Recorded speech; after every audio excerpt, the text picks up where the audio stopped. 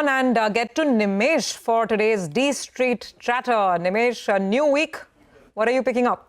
There has been a small recovery from an extremely oversold levels. I spoke about the PCR being at 0.65. Normally from those levels you see a pullback, and that's a small pullback is playing out in today's market. Even from a flow perspective, I understand there's going to be a small buy figure. So watch out for the institutional data. But while the mid-cap index is outperforming today, the sense is that at least there seems to be sell flows from larger institutions. So but the index is up, there could be a supply as well in the broader market. That's the overall flow perspective. PSU Bank continued to outperform. The index is up another 2%.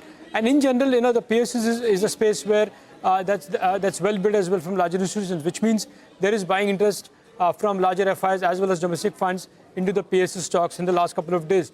On the upside, watch out for 60 to 200. That's a big resistance level to watch out for on the upside. But looks like there could be some small momentum back in the broader markets, and looks like some bit of FI buying is also back in the large cap stocks. Okay, all right, Nimesh. What about individual stocks? You picking up anything? Well, so the first stock on my list is Karnataka Bank. There was a large block in today's market. Nearly 1.5 crore shares got changed hands. I understand one of the large FPI holder was a seller in today's block. They're still left with a small stake. But in terms of buyers, I understand 60% of the book was bid by long-only funds. So the disclosures could be quite interesting in Karnataka Bank today. The second name is Eternal. If you look at the intraday charts, even that stock is recovered from the intraday lows. In fact, last whole week, the stock was under pressure on back of selling pressure. Looks like that large selling from a leading FI seems to be largely over, and hence you're seeing a bit of an uptake in Eternal today. And the last is Vishal Megamart.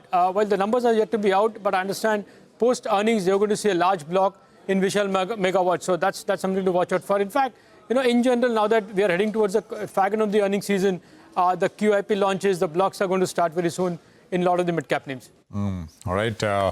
Thanks very much, Nimesh, for that. That's D Street Chatter with indication that the blocks are going to start raining down along with the primary market issuances, etc. as well. Lots of supply lined up. We'll take a quick commercial break here. We're going to get you some buy today, sell tomorrow, basically short-term trading ideas with our technical experts on the other side. Stay tuned.